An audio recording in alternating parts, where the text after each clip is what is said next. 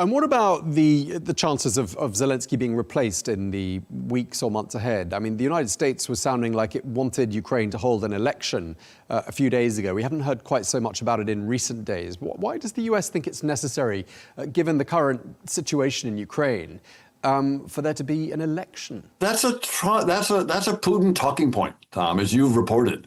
Putin has been on that line for a long time. So why has it become a Trump talking point?